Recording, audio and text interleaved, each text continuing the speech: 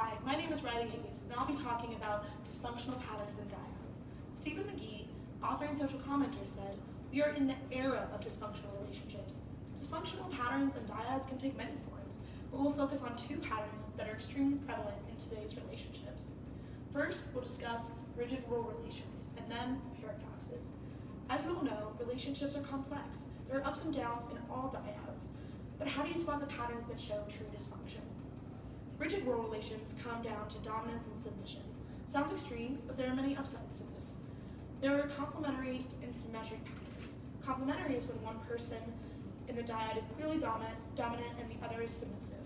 One-up and one-down relationships help decisions be made quickly, but when these roles become rigid, resentment develops. If the dominant person tires of being in charge, or the submissive person feels weak in the relationship, this pattern becomes dysfunctional. Symmetric patterns can be competitive or submissive. This is a situation where both people in the dyad want the same one-up or one-down role. Ashton and I are roommates. We have a one-up, one-down relationship. Our dyadic roles are complementary.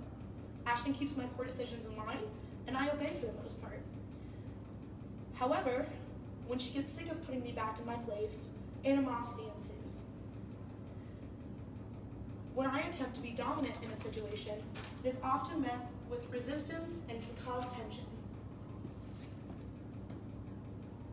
The second damaging behavior that comes about in relationships is paradoxes. The textbook describes them as contradictory double messages. The receivers of these messages are stuck deciphering two meanings that come in the form of one message. A double bind is a potentially more serious type of paradoxical communication. Common examples are similar to, "You can go, don't worry if I'm crying. The bumps in the road don't need to give you a flat tire." Don't let these patterns define your relationship.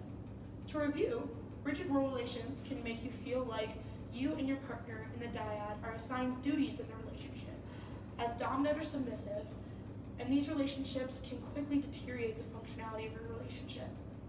Mixed messages are no fun, especially in dyads. Paradoxes disturb and confuse healthy communication between you and your partner. These patterns can be broken, and a good way to work on them is to simply have a discussion with your counterpart in the dyad. Communication is key to a healthy relationship, so don't let your dyad decay because of a dysfunctional pattern.